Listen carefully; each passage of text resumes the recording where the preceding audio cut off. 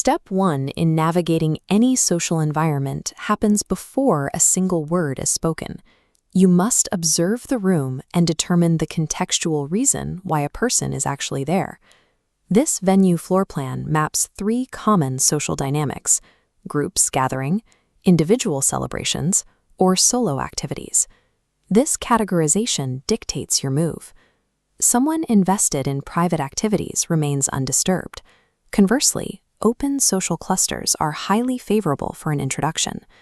The baseline requirement for stepping into any of these favorable scenarios is confidence.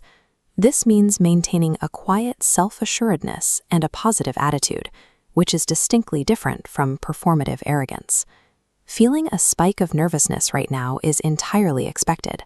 The best immediate physical fix is to take a deep breath and deliberately align your posture before taking your first step forward. Taking a time to master this initial observation phase ensures your interaction starts from a place of respect and situational awareness. You remove the guesswork and replace it with strategy. Moving to active engagement requires an opening method tailored to the environment. You use the room's immediate context to initiate the dialogue. If you are already a regular at the venue, you can use the drink whisperer method. This involves leaning on your genuine familiarity with the location to recommend a well-crafted signature cocktail or an excellent appetizer. Another option is the keen observer approach. Here, you identify a specific, unique detail about the person, like a distinct piece of jewelry, a closed book on the table, or a band on their t-shirt. Highlighting these specific elements proves you are actually paying attention. It demonstrates a genuine appreciation for their individuality rather than relying on rehearsed, generic flattery. Once the ice is broken, immediately tap into localized topics to maintain the flow, exchanging names, discovering mutual interests, or briefly discussing shared hobbies and sports keeps the momentum going. You can also utilize external, environmental cues. Commenting on the atmosphere of the venue, the music playing over the speakers, or a humorous occurrence happening nearby works equally well. Rooting your opening dialogue in immediate, observable reality naturally disarms defensiveness and sets a clear trajectory for an authentic exchange. This 4-quadrant matrix lays out the behavioral pillars necessary to sustain that initial momentum and prevent the conversation from stalling. The first pillar is active listening. You must give up the floor and ask follow-up questions. Research consistently links this exact behavior to the rapid building of trust. The second pillar is finding common ground.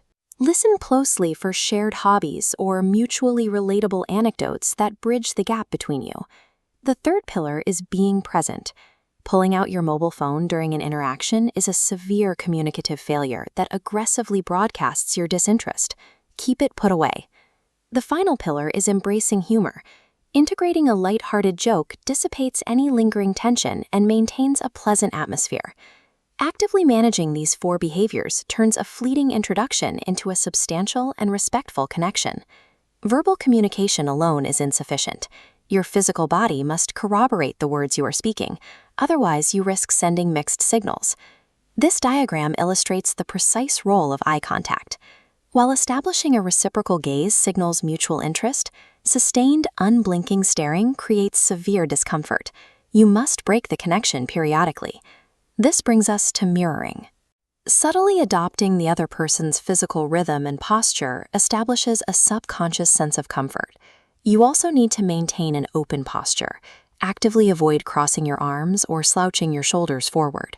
Holding this open, relaxed physical stance passively broadcasts approachability and a baseline level of confidence. Mastering this physical alignment ensures your nonverbal language perfectly reinforces the connection you are attempting to build verbally. Despite perfect observation and execution, social dynamics are completely unpredictable. Not every interaction will succeed, and sometimes the necessary spark is simply absent. When a conversation feels forced or stalls out entirely, follow a strict protocol. Politely excuse yourself, thank the person for their time, and genuinely wish them a pleasant evening. The objective of this entire process is solely to build connections. It is never to force a closed deal or extract a transactional outcome. Relinquish the pressure to perform. Focus entirely on enjoying the natural, unforced flow of human communication. true social fluency includes the grace to know when to leave respectfully. To continue refining your social architecture, subscribe to the channel right now.